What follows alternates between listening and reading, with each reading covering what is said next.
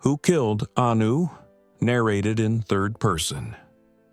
It began with a conversation, quiet, sincere, and full of hope. In a small room in Lusaka, two cousins sat across from each other, one restless and searching, the other carefree and familiar. The younger cousin, once lost in the rhythms of city nightlife, leaned forward and said, "I want to change my life." Anu looked at him, puzzled. "Change? What do you mean?"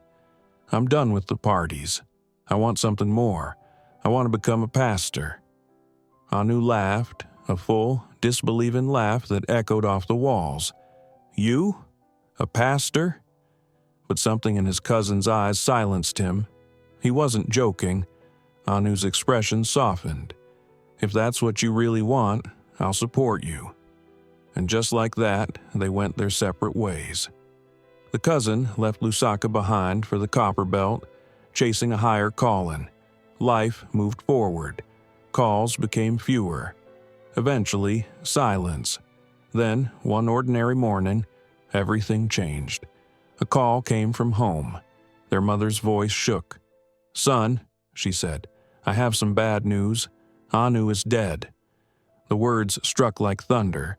No warning, no explanation, just silence on the other end. The cousin returned to Lusaka, this time not for a visit, but for answers. He traced the final days of Anu's life, speaking to those who had seen him last. They said Anu was working on a new project, a song he'd been perfecting at a studio they once shared.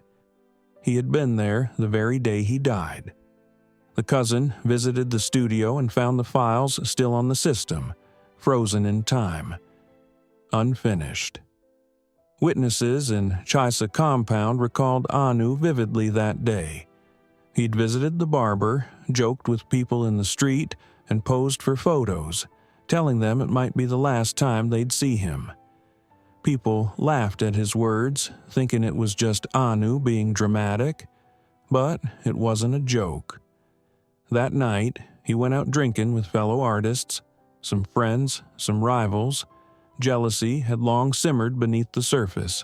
Professional envy, unpaid debts, bruised egos, it all boiled over. Anu was attacked, beaten, threatened. Days later, those same men showed up at his mother's house, demanding what they claimed he owed.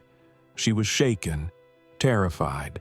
But perhaps most chilling were the strange occurrences in Anu's final days, things his mother recounted in whispers. One day, the door to his bedroom locked itself from the inside. Anu couldn't get out, even with his keys. He had to call for help.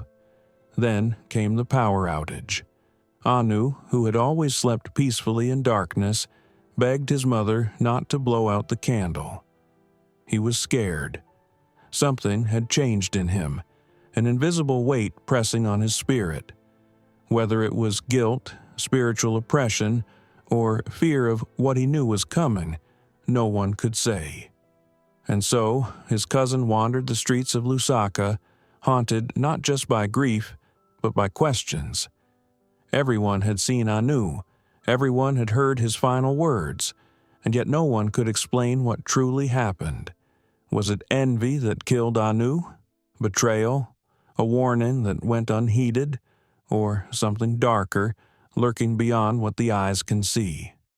The truth, it seems, was buried with him, but his story lingers, in half-finished songs, in silent studios, and in the prayers of a cousin who once dreamed of redemption.